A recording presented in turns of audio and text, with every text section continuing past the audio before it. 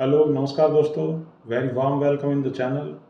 आज ईद के दिन हाफिज सईद के करीबी को 72 रूर के पास पहुंचा दिया अननोन गनमैन ने। भारत जो पाकिस्तान में करता चला आ रहा है और मुसलसल टारगेट किलिंग हो रही है भारत की जानिब से, और एतराफ़ भी भारत की जानिब से इसका खुल्ला कि हाँ कर रहे हैं तो कर रहे हैं। कि हाफिज सईद का करीबी मारा गया है, पाकिस्तान के कराची में उसे मार गिराया गया और कराची में इस आदमी को जो है गोली मारकर अननोन गनमैन ने जो है वो ऊपर 72 हूरों के पास पहुंचा दिया है।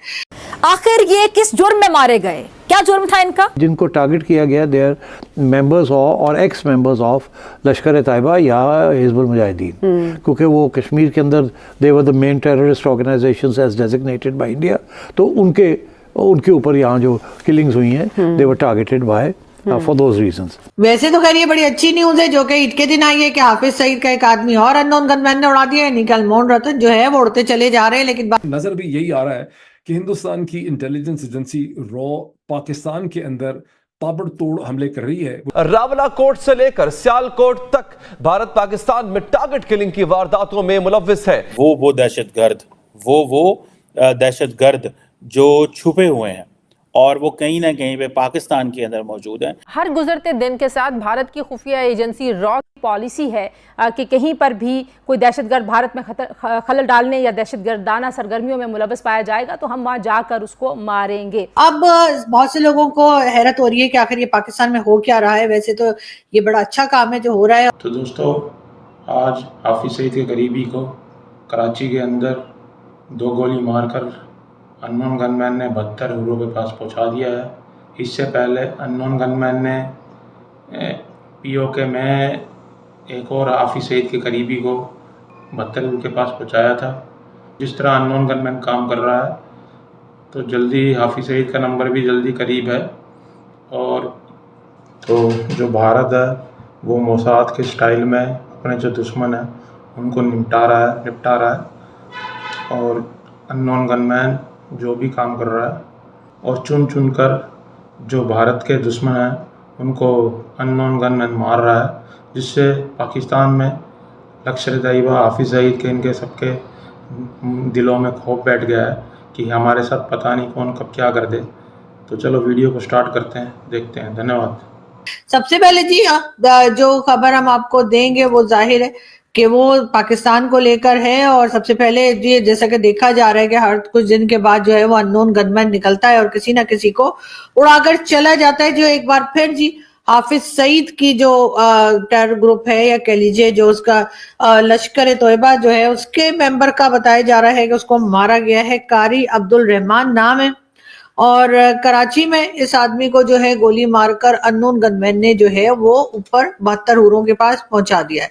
लेकिन हैरत की बात ये है कि ये लोग जो है इस वक्त भी नहीं रुक रहे, यानी कि वैसे तो कहा यह जा रहा है कि ईरान की तरफ से भी कई लोगों का कहना है कि ये अटैक किया गया था या ईरान की तरफ से जो लोग आए थे उन्होंने इस आदमी को मारा है। लेकिन बहरहाल हाफिज सईद के लोग जो हैं वो एक एक करके मारे जा रहे हैं। और इससे पहले तो आपने देखा था कि कुछ दिन पहले भी इसी किस्म का अटैक हुआ था और उसमें भी हाफिज सईद का ही जो मेंबर था यानी उसकी पार्टी का जो मेंबर था वो मारा गया था। लेकिन बहरहाल ये अनमोल रतन जो है वो हमारे यहाँ से अब टपकते चले जा रहे हैं और अगर यही सिलसिला जारी रहा तो हो सकता है कि पाकिस्तान अपने ऊपर से जो एक बात कही जाती है, जो एक कह लीजिए इल्जाम लगाया जाता है कि पाकिस्तान जो है वो टेरर ग्रुप्स को रखता है, उनको सपोर्ट करता है, उनको फंड करता है, उसमें से शायद पाकिस्तान निकल पाया अगर ये एक एक करके ये जितने अनमोल रतन हैं अगर इनको टपका दिया गया। लेकिन बहरहाल देखते हैं कि ये कहाँ तक ये सिलसिला चलता है। लेकिन फिलहाल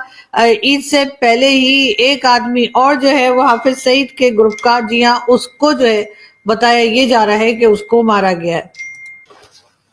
वैसे तो खैर ये बड़ी अच्छी न्यूज है जो कि ईद के दिन आई है कि हाफिज सईद का एक आदमी और अननोन गनमैन ने उड़ा दिया है। निकल मोहन रतन जो है वो उड़ते चले जा रहे हैं। लेकिन बहरहाल पाकिस्तान को उसमें से निकलने के लिए बहुत ज्यादा काम करने की जरूरत है कि सिर्फ हाफिज सईद नहीं, मसूद अजहर और इसी तरह के जितने भी लोग पाकिस्तान में हैं और जितने भी ग्रुप्स हैं उनके ऊपर कार्रवाई की जाए और उनको मारा जाए। नहीं, हाफिज सईद क्या करता है, ये क्या लड्डू की दुकान है इसकी या कोई हलवाई है, कोई मिठाई की दुकान है इसकी? ये भी तो टेररिज्म ही करता है, और इसको तो यूनाइटेड नेशन ने कह भी रखा है कि जी ये टेररिस्ट है। लेकिन बात सारी वही है कि कुछ अफगानिस्तान के लोग भी हैं जिनको यूनाइटेड नेशन ने टेररिस्ट कहा था या डिक्लेयर किया था, और अभी कुछ दिन पहले उनके नाम के आगे से हटा दिया। तो हो सकता है हाफिज सईद को भी उम्मीद हो गई हो कि बहुत जल्द उसके नाम के आगे से भी सब कुछ हट जाएगा।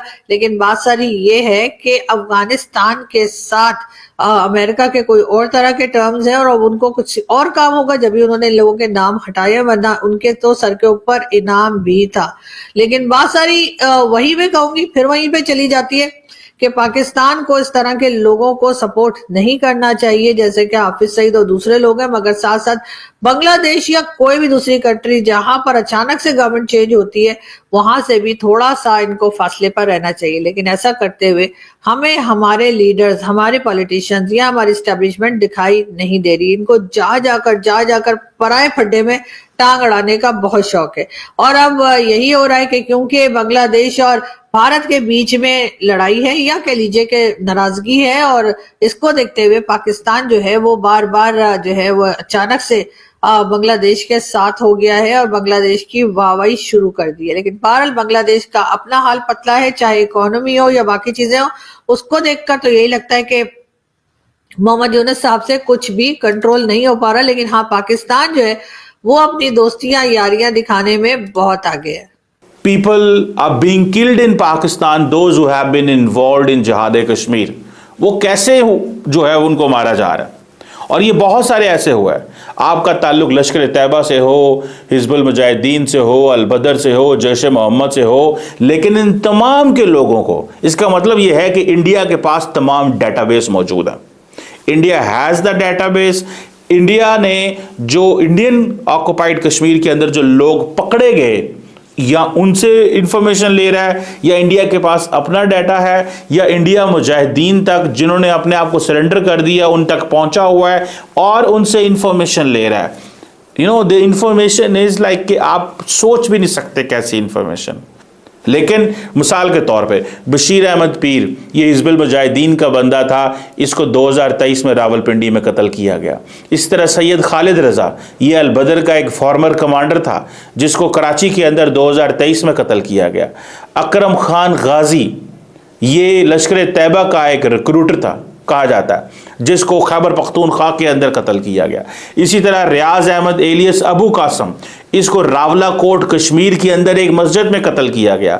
शेख जमीलुर रहमान तहरीकुल मुजाहिदीन का बंदा था जो कि 2024 में जिसको कत्ल किया गया। अब देख रहे हैं आप इस बात को। So this is coward deterrence. तो भारत अपने जो दुश्मन हैं उनको चुन चुन कर पाकिस्तान में मार रहा है, और पाकिस्तान में दहशत है कि भारत अपने जो दुश्मन हैं उनको चुन चुन कर मारेगा और वो छोड़ेगा नहीं, चाहे कहीं छुप जाओ। तो और भारत इसे कभी भी कबूलेगा नहीं कि हमने कराया है। अगर वो कश्मीर की ज़रूर कहता है तो वो चीमा साहब कह रहे हैं। तो चीमा साहब कह रहे हैं कि भारत के पास सारा डाटा है कि कौन किस किस में जिहाद में कौन था कौन नहीं था। उनके पास सारी इन्फॉर्मेशन है, जो उनको पता है कौन क्या कर किसने क्या किया था और वो कहाँ बैठा है और क्या कर रहा है। और पाकिस्तान की नंबर 1 एजेंसी वो कुछ भी नहीं कर पा रही है, और भारत का अननोन गनमैन वो अपने दुश्मनों को ठोके पे ठोके जा रहा है। और जो आज अननोन गनमैन ने मारा है वो हाफिज सईद का बहुत करीबी बंदा था, और उसको उसकी दुकान पे जाके उसको मारा है। सीसीटीवी कैमरे की भी वीडियो आ चुकी है कि किस तरह मारा। उसको 2 गोलियां मारी है अननोन गनमैन ने, और वो वहाँ से बाइक लेके भाग गया अननोन गनमैन। किसी को पता नहीं किसने मारा है। तो अननोन गनमैन अपना काम कर रहा है जिस तरह उसको करना चाहिए।